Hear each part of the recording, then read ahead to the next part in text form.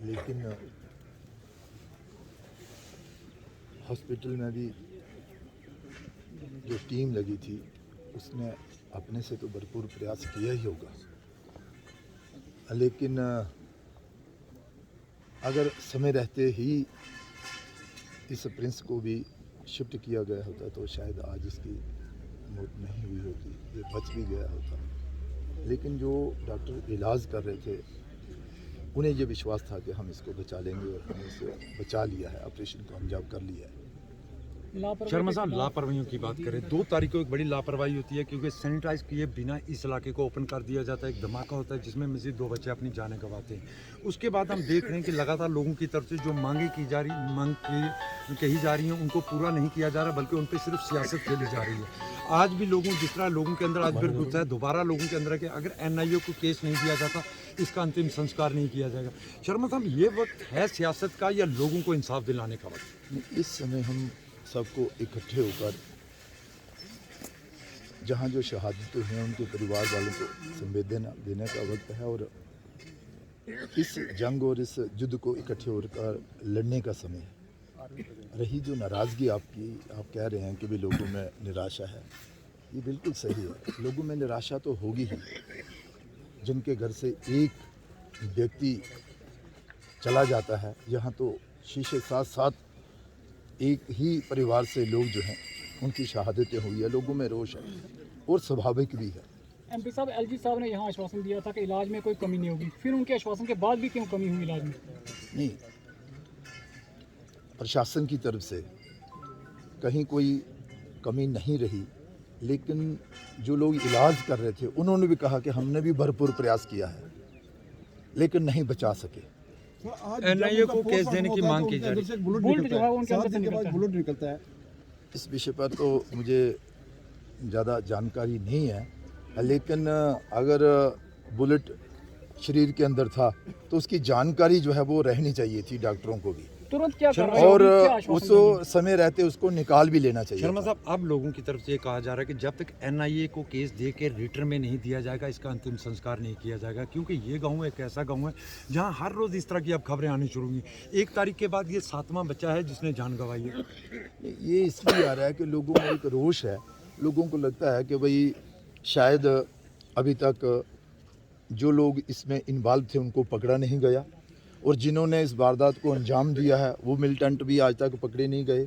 वो कहाँ ठहरे थे, उन्हें खाना किसने खिलाया था, वो किस रास्ते आए थे, उन्हें रास्ता किसने दिखाया था, इस सब पर पुलिस कार्रवाई जो है वो कर रही है। अब जो इंफॉर्मेशन मिली है। शर्मा साहब, एक आखिरी क्वेश्चन आपसे, आप कह रहे हैं जम्मू कश्मीर में आपकी सरकार की तरफ से दावा किया जा रहा है जम्मू कश्मीर के अंदर मिलिटेंसी खत्म हो चुकी है, सिर्फ कश्मीर की तरफ तवज्जो दी गई, हमारा पीर पंचाल रेंज या जम्मू रेंज छोड़ा गया जिस कारण इतना बड़ा हादसा हुआ। हालांकि आपकी गवर्नमेंट को ये चीज़ें पता थी क्योंकि जम्मू के अंदर बहुत सारे हादसे इससे पहले हो चुके थे, मिलिटेंटों को मारा गया, उसके बाद इन इलाकों को नज़रअंदाज किया गया, यहाँ के लोगों की गन्ने वापस ली गई, जिस कारण 1997 के बाद दोबारा इस तरह का बड़ा हादसा इन लोगों ने देखा। देखिए, इसमें कोई दो राय नहीं है कि कहीं ना कहीं कोई कमी रही है, तभी तो मिलिटेंट जहाँ तक पहुँच गए हैं। हमारी जो खुफिया एजेंसियाँ हैं वो कितनी सतर्क हैं, इस पर हमें विचार करना ही होगा और उनको और मजबूत करने के लिए हमें प्रयास जो है करने होंगे ताकि आने वाले दिनों में कोई और ऐसी वारदात जो है वो ना हो। रही बात लोगों की रोष, वो स्वाभाविक है, लोग तो चाहेंगे कि भाई इसकी इन्वेस्टिगेशन जो है वो NIA के द्वारा की जाए, कारण कि अभी तक यहाँ पर वो कामयाबी नहीं मिल पाई है जिसकी हम सब आशा कर रहे थे। कुछ लोगों को उठाया जा रहा है लेकिन दूसरे दिन उनको छोड़ा जा रहा है। लोगों का ये है कि सिफारिश के तहत VDC DDC के फ़ोन आ जाते हैं, उसके बाद उन लोगों को छोड़ा जा रहा है। इन्वेस्टिगेशन सही ढंग से नहीं हो रही है, लोगों का ये आरोप है, क्या कहेंगे? देखो, लोग तो अपनी शंकाएं जाहिर कर ही रहे हैं।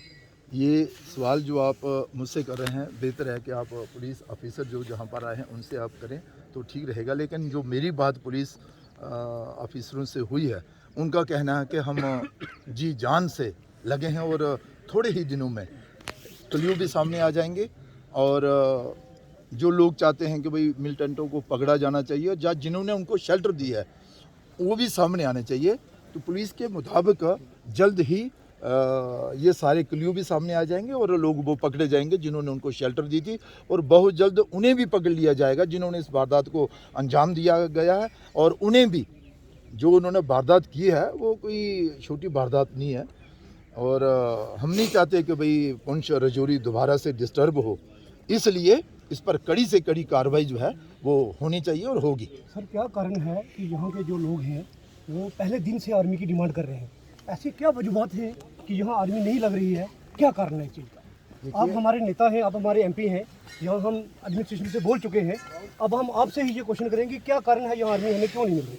देखिए, यहाँ पर सरकार द्वारा सीआरपी की कंपनियां जो है वो तैनात कर दी गई हैं, और उसके अलावा भी जहाँ की जो जितनी भी एजेंसीज हैं वो भी यहाँ पर काम कर रही हैं, पुलिस भी काम कर रही है। अगर ज़रूरत हुई तो इससे बढ़कर और भी होगा, लेकिन ये जो बात अभी आ रही है कि भाई सत्य क्या है वो जल्द सामने आना चाहिए।